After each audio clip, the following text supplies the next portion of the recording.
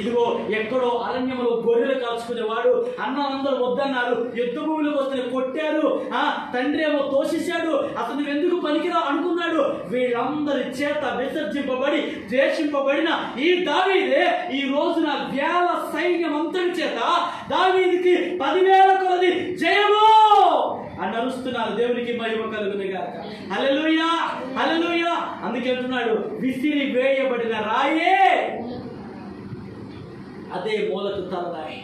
ఎవరైతే నిన్ను దూషణ మాట్లాడుతున్నారో, ఎవరైతే నిన్ను గేలి చేస్తున్నారో, ఎవరైతే నువ్వు లేనప్పుడు తప్పుడు మాటలు మాట్లాడుకుంటున్నారో, ఎవరైతే నీ మీద నిందలు వేయాలని చూస్తున్నారో, వారందరినీ హేళనపరుస్తూ దేవుడు నిన్ను అత్యధికంగా హెచ్చించగలిగిన వాడు. దేవునికి మహిమ కలుగుతుంది గాక. 2 చేతుల పైకి దేవుడిని స్తుతిద్దాం. హల్లెలూయా, హల్లెలూయా. ఏ అవమానమైనా, ఏ నిందైనా, ఏ హేళనైనా ప్రతిదీ కూడా నీకు విరోధంగా రూపింపబడిన ఏ ఆయుధము కూడా వర్ధిల్లేది.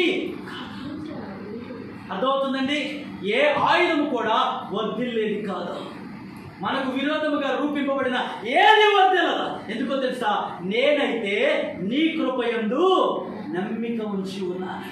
కనుక దేవుని బిడ్డలారా, మనము మన నమ్మిక దేవుని మీద ఉంచితే ఎలాంటి అపద్రవాలైనా, ఎలాంటి ఉపద్రవాలైనా, ఎలాంటి భయంకరమైన సమస్యలైనా, ఎలాంటి భయంకరమైన వేదనలైనా, ఎలాంటి నిందలైనా, ఎలాంటి అవమానాలైనా వేటి నుంచైనా తప్పించగలిగిన వాడు ఎవరైనా ఉన్నారు అంటే ఆయన పేరే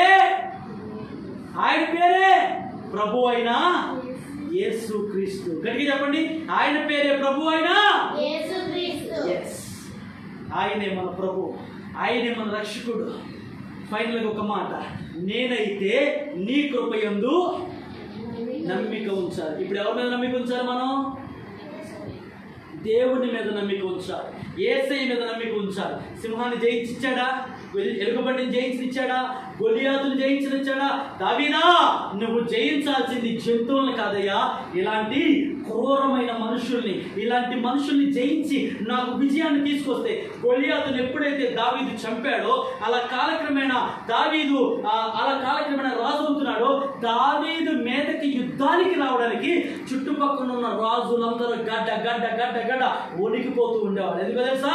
దావీదు అంతా పరాక్రమము కలిగిన వాడు. దేవుడికి మహిమ కలుగునుగా. హల్లెలూయా, హల్లెలూయా. ఆ బలం, ఆ యొక్క శక్తి, ఆ సామర్థ్యం, ఆ గొప్పతనం ఇదంతా ఎలా వచ్చింది దావీదుకి? ఎలా వచ్చింది? ఆయన కృప మీద దావీదు ఆధారపడ్డాడు. దేవా, ఇదంతా నీ చిత్తమేనయ్యా, ఇదంతా నీ కృపే.